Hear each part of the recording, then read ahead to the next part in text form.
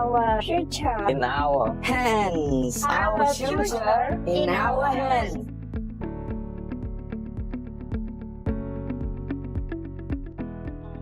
បាទជំរាបសួរបងប្អូនទាំងអស់គ្នាខ្ញុំឈ្មោះហៅកងីមកពីសិប្បកម្មឈ្មោះថា My Dream Home អ្វីដែលយើងមើលឃើញហ្នឹងគឺថានៅក្នុងប្រទេសយើងសម្ភារៈសំណង់ច្រើនណាស់បាទជាង 80% គឺនាំចូលមកពីខាងក្រៅហើយបាទមានដូចជាប្រទេសវៀតណាមក្បែរខាងយើងថៃហើយជាពិសេសគឺប្រទេសចិនតែម្ដងដែលយើងនាំ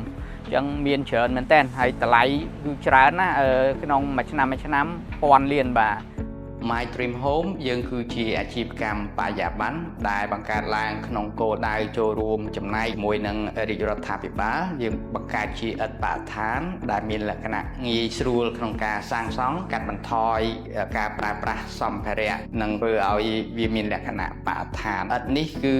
មានភាពរឹងមាំជាងឥដ្ឋធម្មតា3ដងហើយការប្រើប្រាស់ខ្សាច់ស៊ីម៉ង់ហ្នឹងគឺកាត់បន្ថយរហូតដល់5ដងបាទប្រភេទសម្ភារៈដែលមានលក្ខណៈបរិស្ថានគឺយើងធ្វើយ៉ាងម៉េចគិតអំពីការបំពុលបរិស្ថានហ្នឹងឲ្យតិចបំផុតប្រើស៊ីម៉ង់ដែរប៉ុន្តែតិចជាងមុន6ដងនៃការយើងធ្វើឧទាហរណ៍ឥដ្ឋក្រហមពីមុនដើម្បីយើងធ្វើបានយើងត្រូវចូលទៅក្នុងឡបាទហើយមុនចូលក្នុងឡយើងត្រូវមានអុសអញ្ចឹងយើងដុតយើងកាប់យើងបំពុលអញ្ចឹង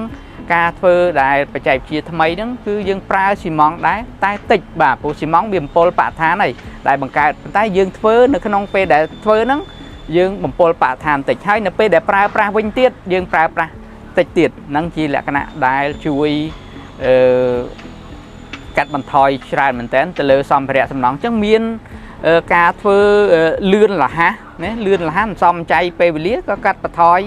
ទៅលើចំណាយណាយើងអត់មានដុតមានកាប់អីទេវាខុសពីតម្រងមុនហ្នឹងជាលក្ខណៈដែលនិយាយពីជ្រុងមួយនៃបរិស្ថានប៉ុន្តែនៅមានជ្រុងផ្សេងទៀតណាជ្រុងនៅក្នុងការជួយសង្គមជួយទៅលើអ្នកដែលមានជីវភាពក្រីក្រការបង្កើតការងារខាង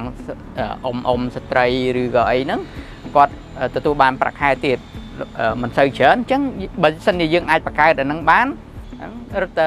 គាត់រត់ទៅសុបាយបន្ថែមចំណូលរបស់គាត់ហើយអស់ហ្នឹងគាត់នៅជាឧទាហរណ៍មួយបាទដើម្បីបង្ហាញបាទពាក្យ sustainability គឺមានសារៈសំខាន់ណាស់ដែលខ្ញុំគិតថាมันសម្រាប់តែពេលឥឡូវទេប៉ុន្តែសម្រាប់កូនចៅបន្តទៅមុខទៀតដែលយើងត្រូវធ្វើរួមគ្នាហើយខ្ញុំគិតថាវ័យនេះក៏